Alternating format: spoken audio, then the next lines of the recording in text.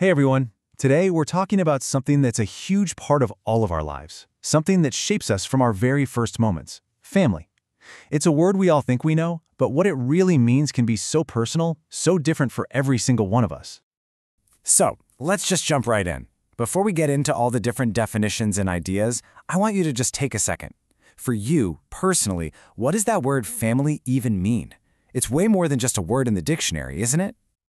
You know, this quote from a guy named Paul really hits the nail on the head. He talks about it being a safe place. And that's such a great way to start thinking about it, right? For a lot of us, family isn't just about who you're related to. It's about this profound feeling of safety and unconditional support. Okay, so let's build on that idea. Maybe the best way to define family isn't by who they are, but by what they do, what they provide for us. Think of them as these pillars of support.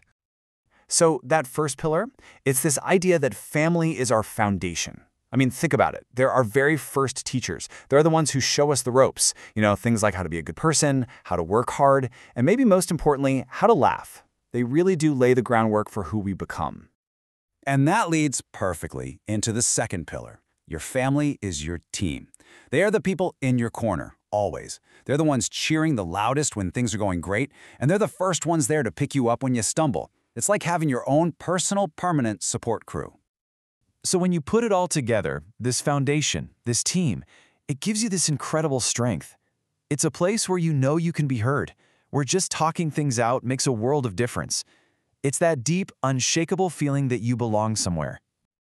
All right, so who are the actual people on this family team?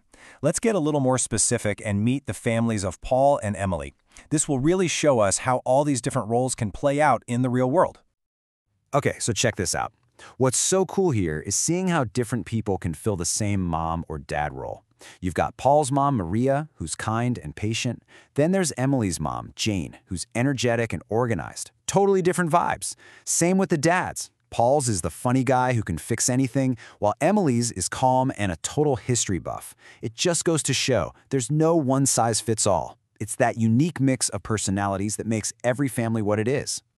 And of course, family is often way bigger than just the people living under one roof. Just look at this. Paul's got 10 cousins, and Emily has more than 15. Wow!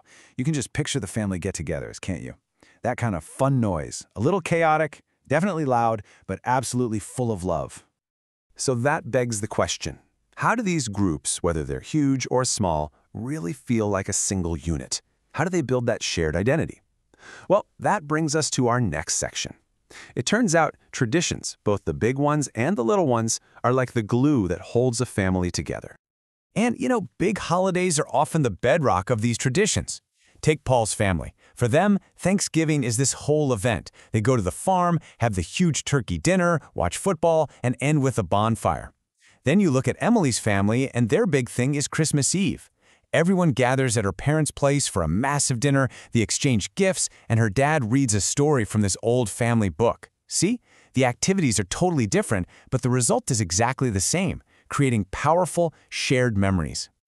But, and this is super important, traditions don't have to be some huge, elaborate thing. Not at all. Look at Paul's family. They have a simple Sunday pizza night. Step 1, order pizza. Step 2, pick a movie. Step 3, just relax and enjoy being together. It's that simple, consistent ritual that becomes this reliable anchor of togetherness in the middle of a busy week. And that brings us perfectly to our next idea.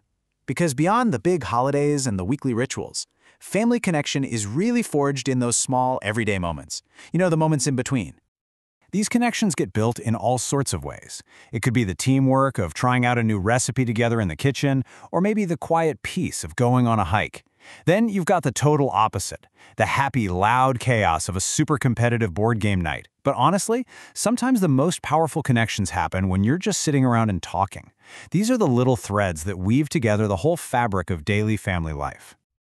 This brings us to our final and maybe the most important section of all. What happens to all these moments we've been talking about? Well, they turn into memories. And those memories become the stories that really define who a family is. Okay, so take this story from Paul's family. They're on a camping trip, just trying to set up a tent, and it all goes wrong. The tent is sagging, it's leaning, and instead of getting frustrated, everyone just starts laughing. What could have been a disaster becomes a legend. Now it's forever known as The Leaning Tent of Paul's Family, a story that brings a smile every single time they tell it. Or how about this one? This is great. An attempt to bake a birthday cake results in something that looked like a giant mushroom and tasted a bit weird. But here's the best part. The fact that it was a total failure is what makes the memory so fantastic. It was a disaster, as Paul says, but a really, really funny one. And the stories can be incredibly heartwarming too. I love this one from Emily's memory of Christmas morning. Her little cousin gets a toy car and is so excited he tries to drive it while it's still inside the box. It's just this perfect, hilarious little snapshot of childhood joy that the whole family now treasures. But you know, not all of the most important memories are the loud or funny ones. This memory from Paul, about learning to plant flowers with his grandma, is just beautiful. He actually put the plant in the ground upside down, but his grandma didn't get mad. She just smiled and gently turned it the right way. That quiet moment of pure patience and love, sometimes those are the memories that stick with us the most. So it really all comes full circle, doesn't it? Family is the foundation, the team, the traditions, and the day-to-day moments. But maybe most of all, it's the collection of stories we create together. So I'll just leave you with this one final thought. What's that one family memory, big or small, hilarious or quiet, that always makes you smile?